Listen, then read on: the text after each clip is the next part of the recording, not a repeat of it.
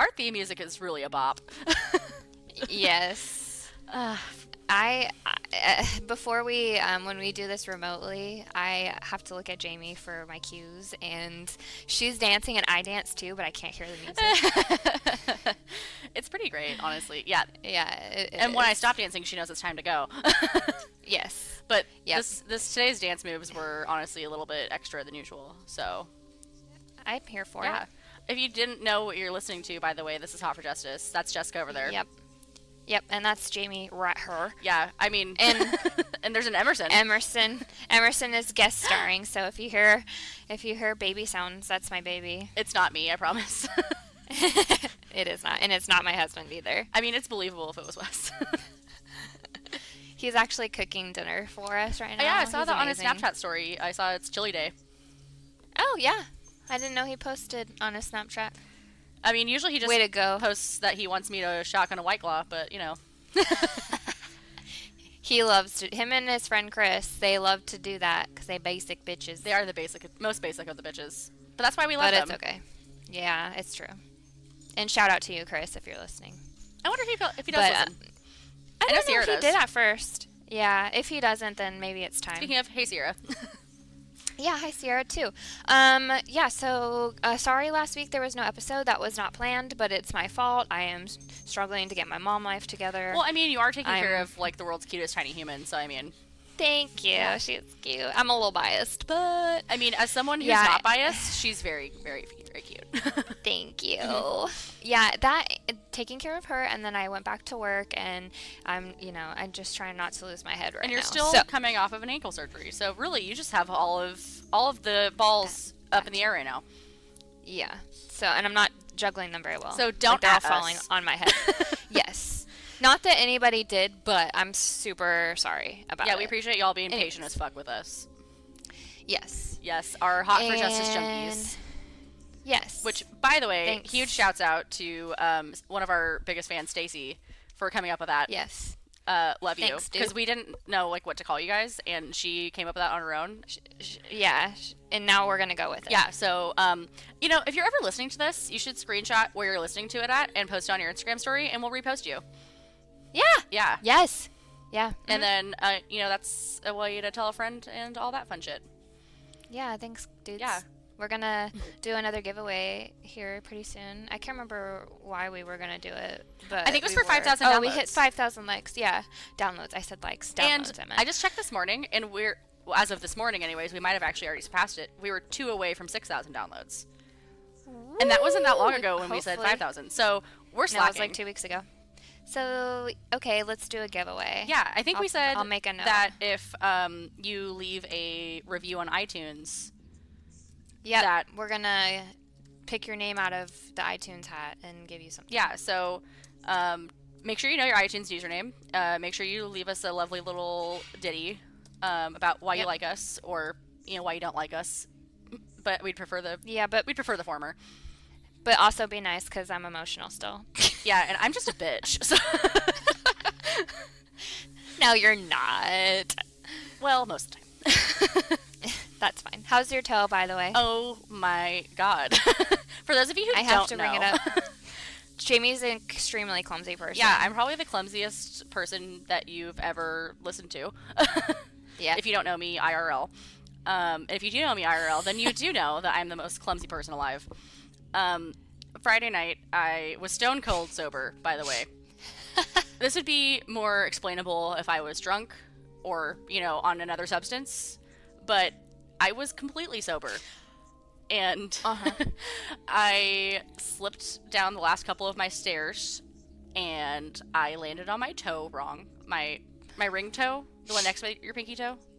I don't know. Yeah. And that bitch is broken. Oh my god. It makes me want to throw up a little bit. Yeah, you saw the pictures. It's not cute. Yeah, no. But there's nothing you can do for a broken toe. Nope. So I just gotta, live my best gimpy life for the next couple of weeks. Dude, it's a struggle. Yeah, I mean, you know it. I had ankle surgery like 3 weeks ago, and last weekend we went on a little trip to see family, and I was sitting in the back with the baby, and we went around a corner. My phone had been plugged in, like we were listening to music, and when we went around the corner, like I had it sitting on the middle console thing. It disconnected from the aux cord and flew directly into my incision. Oh my God. And split it back open. You shut your mouth. And I died, and that's why I just made that face like 3 seconds ago, because I just hit the side of my ankle again. I know. I was like, "Are you okay?" Like, I wasn't sure what was going on, but like, I thought you were gonna throw up. Yeah, it hurts a little bit, you guys. And so Jamie's very clumsy, but apparently I am also, because. Well, I mean, didn't you like break your ankle in the first place by like walking off of a curb? I was running. Okay, whatever. I was running, but yes, essentially I broke my ankle running cross country because I fell and I'm clumsy. Okay. Yeah, and I've just decided that when I do buy a home, that bitch is gonna be a single story, no stairs. Yeah. Yeah, your stairs are kind of scary though. Because they don't have a back. I'm not gonna lie. And like when I was walking the baby down them, I was like, oh, I'm kind of scared right now. Yeah, well, when we first moved in last year, I don't know if I've told this story on the podcast. I fell down like basically the entire length of stairs and broke my tailbone. Oh my God, I don't think I knew that. It was last summer. It was like last July, I want to say. Yeah. Yeah, that was a really fun time. I had to walk with a cane for the better part of like a month and a half. Because like literally I couldn't walk right. Oh my gosh. That was really fun when I had to commute to San Francisco on BART. You poor on the thing. P-Trans. My friend's broken her tailbone too, and I felt so bad for her. It was like not right for a year. Yeah, like every now and again, like I'll definitely feel it. Like this is like one of those like when the weather changes. But you know, like you know what I'm talking about. Like yes, because it happens to my wrist too. Because I broke that a million years ago. You guys, we're a pile of broken bones. Yeah. Anyway, should we talk about some murder stuff? We should talk about some murder stuff. I'm into that. Okay. You went first last week? I did, so it's your okay. turn. Cool. If you didn't go first last week, then oopsie. Yeah. Oh well. We're not looking it up. That's okay. I'm not. No, it's fine. I did though. I will say my last. So I do the episode notes and stuff. If you guys haven't looked at the episode notes for the last episode, please do, because I made myself laugh. You're very funny. I do my best. Yeah, it kills me every time. It's my pride and joy. I'm not gonna lie. So if you guys don't read them, you're kind of missing out a little bit. You really are. Like honestly, some of the ones like right before you gave birth were really good. Like I remember specifically the Kurt McFall episode. You're like, spoilers, he fell to his death. Maybe. Ironic. So yeah, that's just a taste of what you can see in our show notes. Yep. Okay, so we're posting this the week Talk of to me. Thanksgiving, correct? Yes. Right? Yeah. Happy Thanksgiving, you guys. Yeah. And we're girls. thankful for all of you. And non-binary people. Yes. I'm cool with that. All of everybody. Thank you. Yeah, however you identify, we are thankful for you. Yes. So, I found a Thanksgiving-themed little... You're on theme. I did not do that. Jokes on But you. again, I'm struggling to get my life together, so I did my best. It's okay. I still love you. Thank you. You're welcome. I'm glad. So, I'm going to talk about the disappearance of Karen Marie Mitchell. Okay. So, Karen Marie Mitchell, she has been missing since November 25th of 1997. She's originally from Eureka, California. She's currently, according to the charlieproject.org, by the way, that's where I'm reading most of this, and then I'm also going to go back to Wikipedia per usual. Thanks for telling me so I can just not look it up when I write the show notes. Excellent. I'll send you the links. So she's currently classified as endangered missing. She hasn't been, because spoiler alert, there's no body. Yeah. Mine's very similar to yours. Ooh, spooky. This week. Yeah. We're on the same wavelength. Yeah, we were. We are. As of today, she would be almost having her 39th birthday. She was born November 30th of 1980. So I mathed that she'd be 39 like next week. Yeah. Or like a week from today when we're recording this, I think. Yeah. She disappeared when she was 16. She was 5'5" and about 130 pounds. She was last seen in a long-sleeve tan shirt, baggy dark brown corduroy pants, a tan leather buckled pair of shoes, small hoop earrings, 3 silver rings, and a silver necklace with a crystal on it. And she had one of those like Nalgene, like big water bottles. Yeah. She has sandy brown hair, blue-green eyes, pierced ears, and at the time of her disappearance, her hair was neck length. So, I guess like kind of like at her collarbones. Yeah. Or like just above. Karen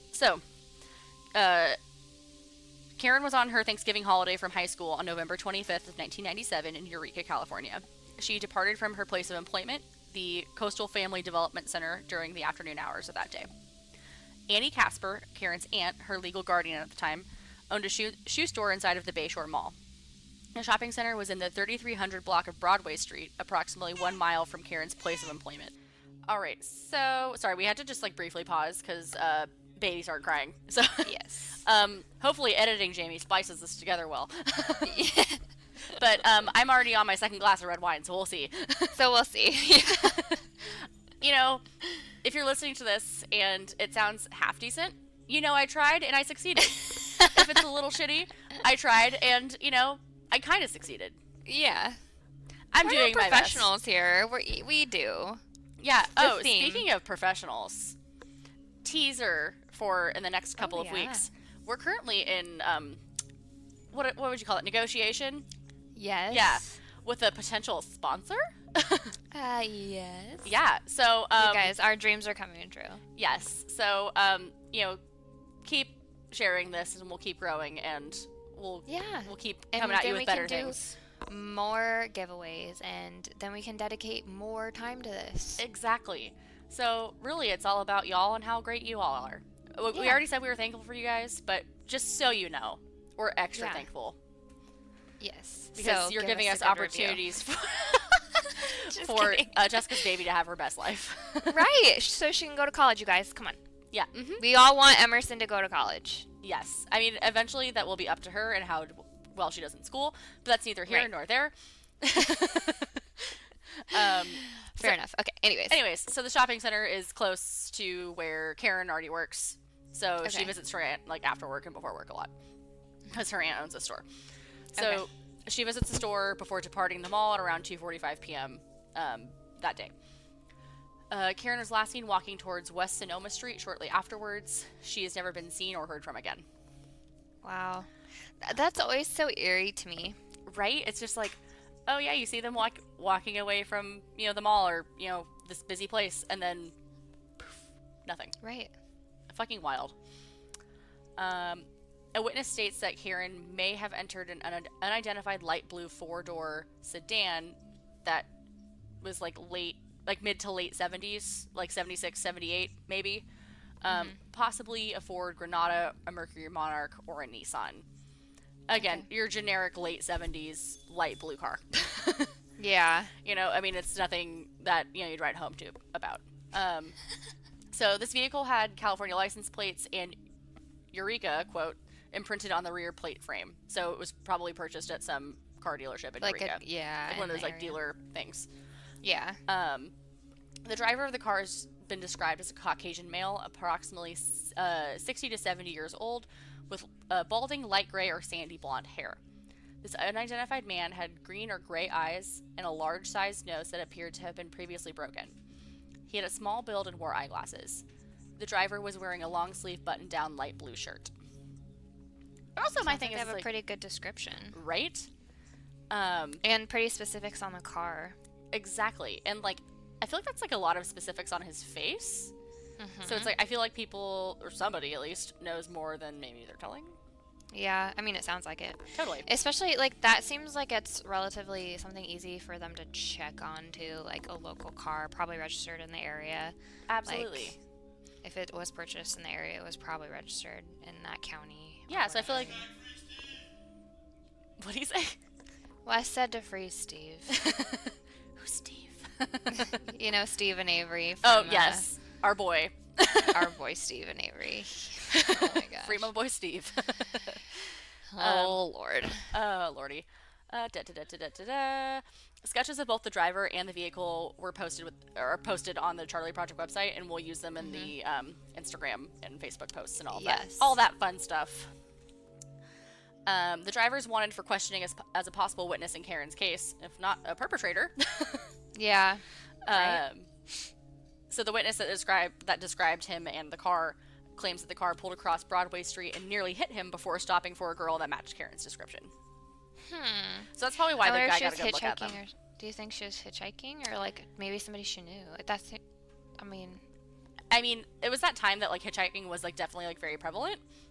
So it's possible that if she maybe didn't have a car, she was trying to hitchhike home after work, or just like get a ride from somebody. It's possible it's somebody that she knew, but I mean, if I was 16, if it was, I feel like that would be so easy for them to figure out. Right.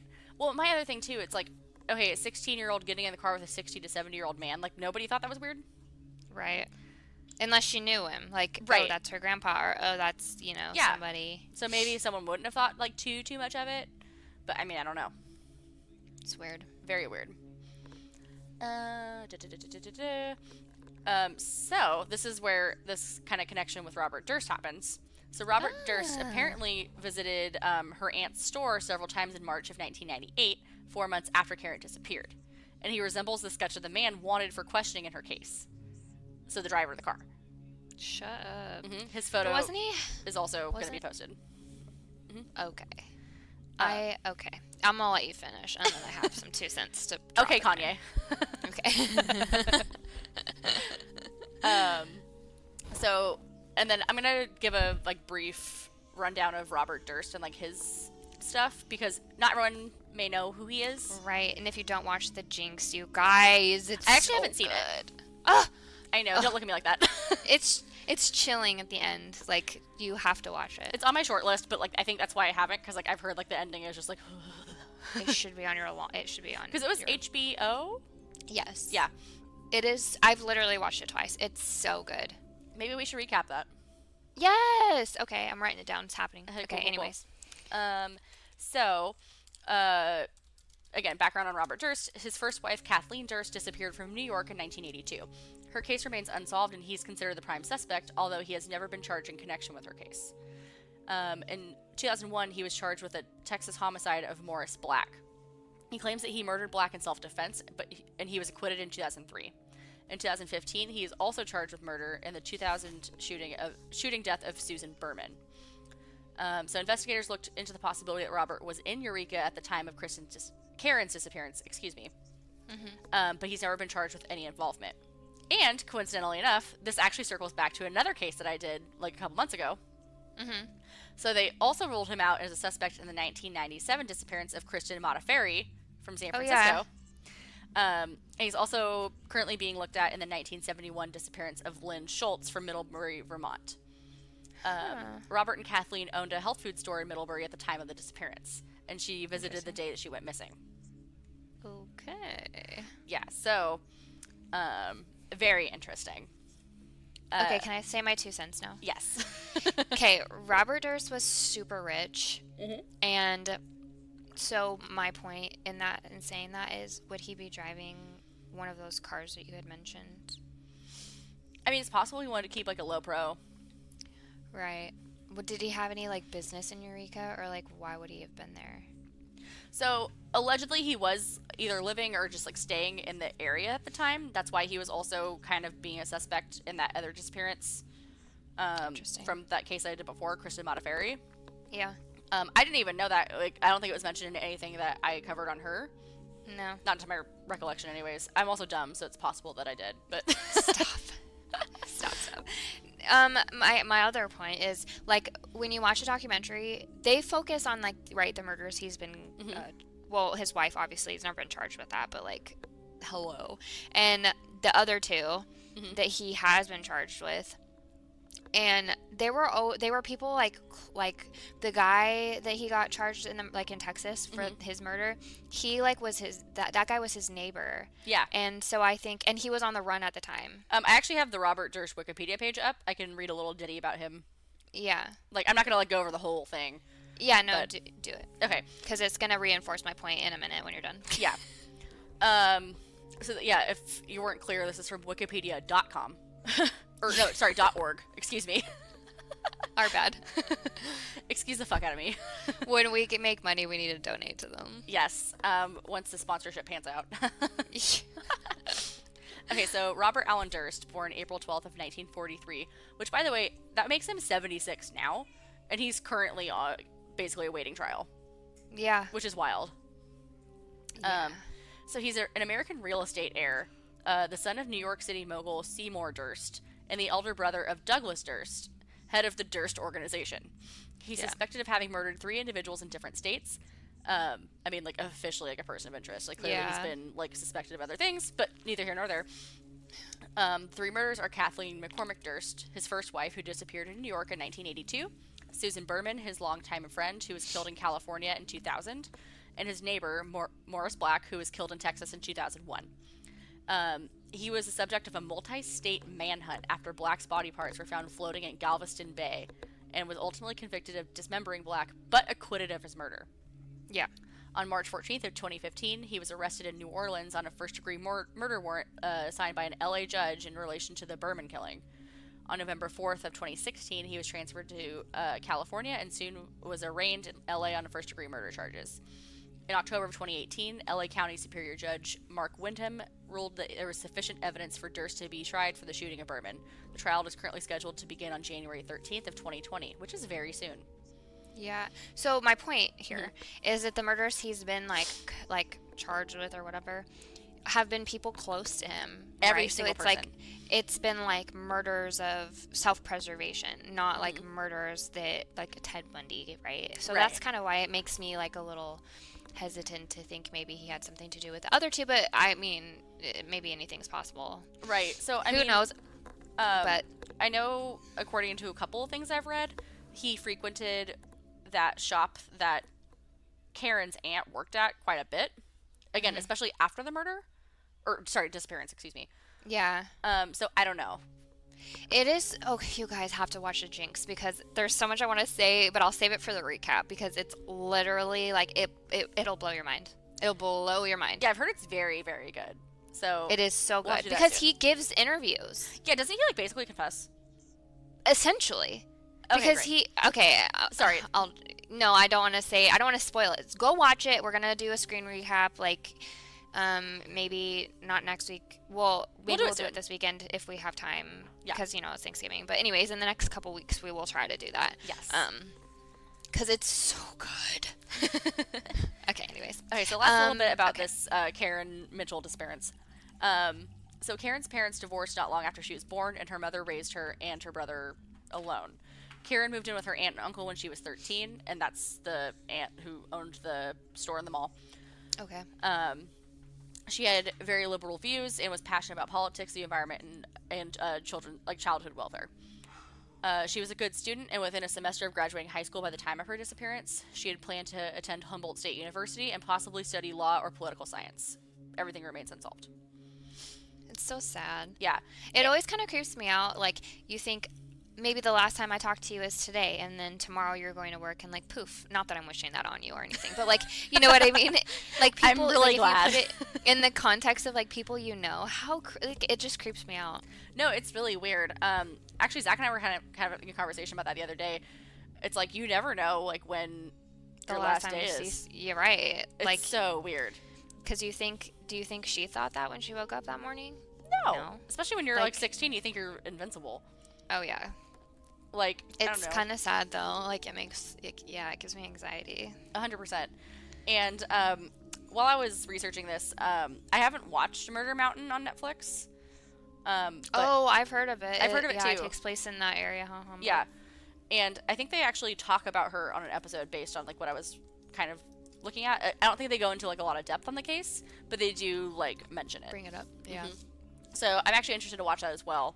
Yeah. My old roommate Russell, who's been on a previous episode, he was like, "Yeah, like I've heard of pretty much all this stuff. It's fucking wild," because he's watched it, Yeah. and Okay, he's just like, interesting. "Yeah, like this is all like what happened where I grew up. It's weird." Dang. Yeah, Well, it's on my list. It's actually on my watch list. I haven't watched it yet. you're not just making it up for the show. No, it is on my list. Oh, jeez. All right. Well, mine is kind of really similar to yours, but in a different area. And earlier. Okay. We're talking about a missing woman named Kimberly Scruggs. She was a student at Sacramento State studying political science. Whoa. So, yeah. She worked at a sales clerk at a store called Wine Stocks, which I've don't know. Maybe they stock some wine. I don't know, but it's not Whoa. like spelled wine. It's spelled like vine, like a German like spelling, Wein. Anyways, she wasn't originally from Sacramento. She was from Pismo Beach. She was born in 1960, so she was only 19 when she went missing. She was described as being 5'6", 115 pounds. She was Caucasian with sandy blonde, kind of brown hair and brown eyes. She also had a chip on her front tooth.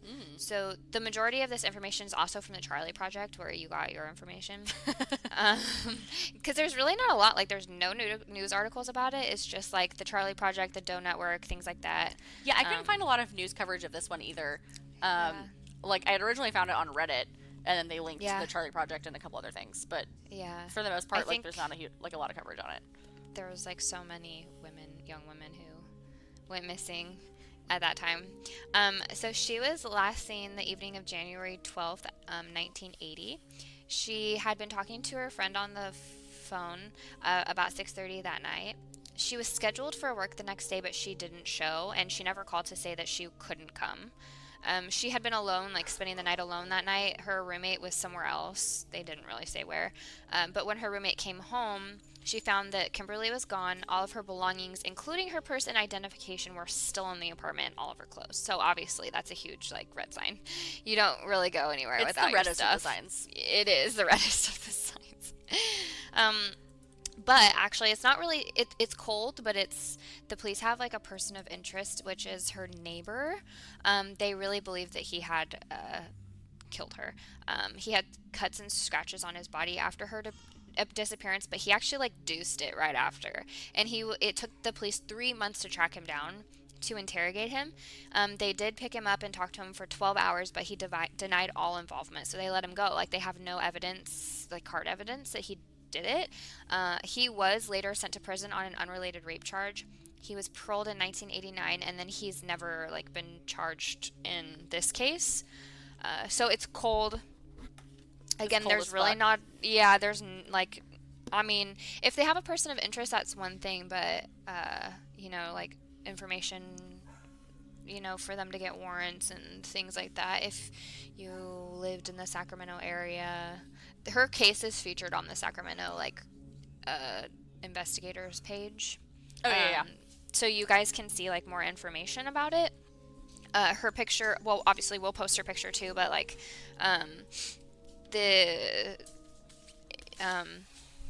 brain freeze. I'm trying to close the door so my dogs will stop barking. They have like I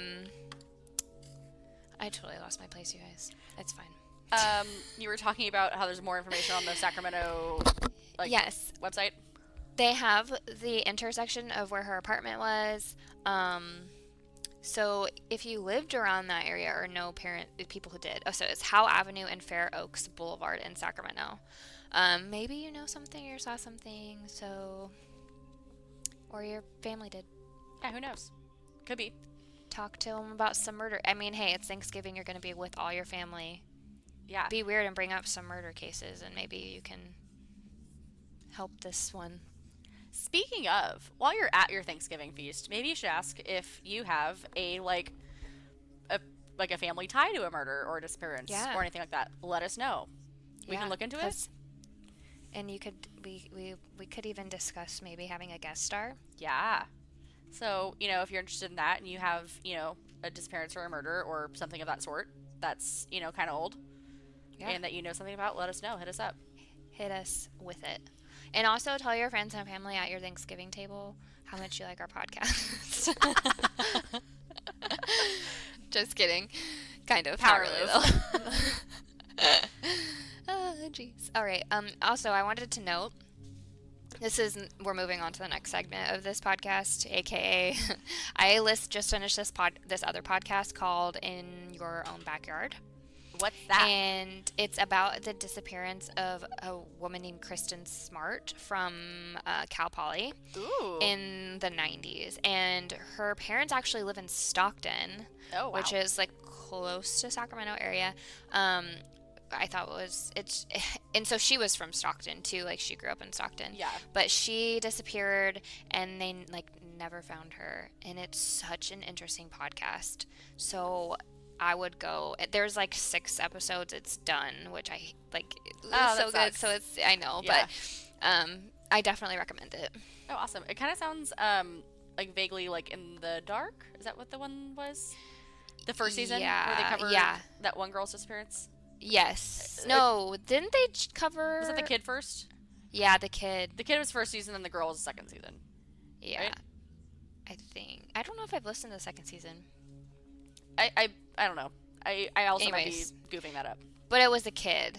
Yeah. Yeah, the kid. But they have like a person that they're really pretty sure did it, but they can't prove it, and it kind of seems like it was bungled a little bit. Like, it's so obvious, but you know, sometimes podcasts make things seem obvious and they're not like clear cut and you don't know. But anyway, it's like I really enjoyed listening to it. So awesome.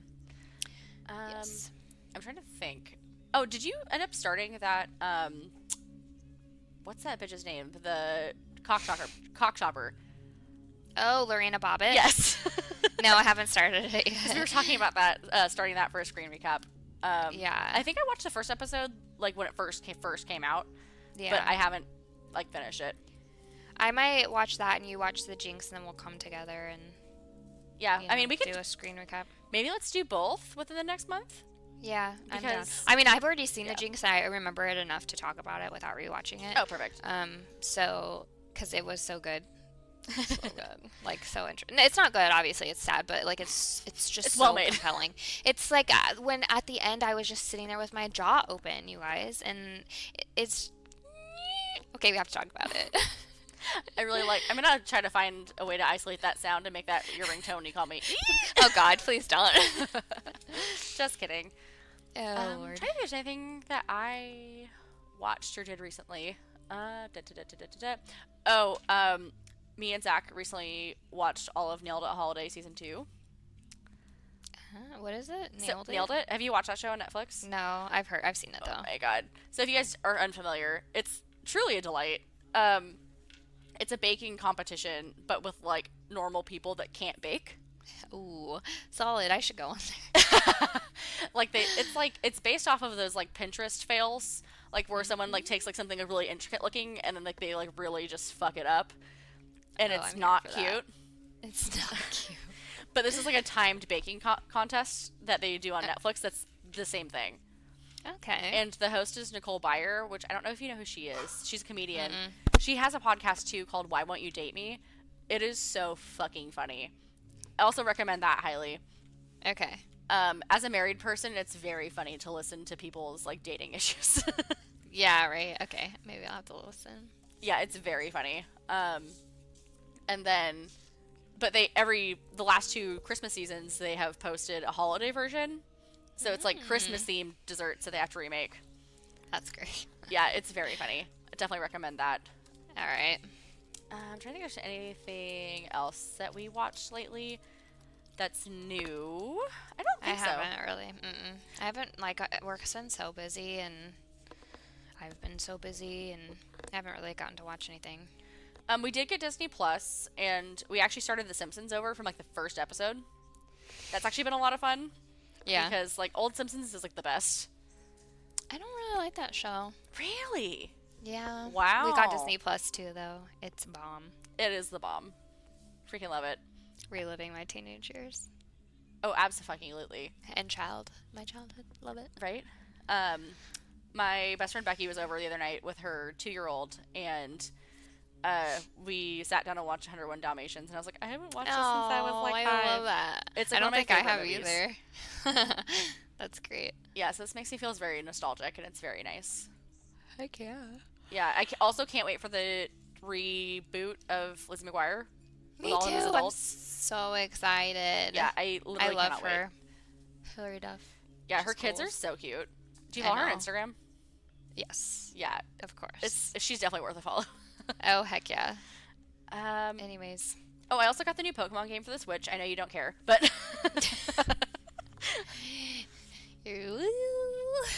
So that's been occupying a lot of my free time when I'm not doing research for this podcast or listening to the Harry Potter audiobooks from my other podcast. There you go. I am so behind on research. I need to go do that now.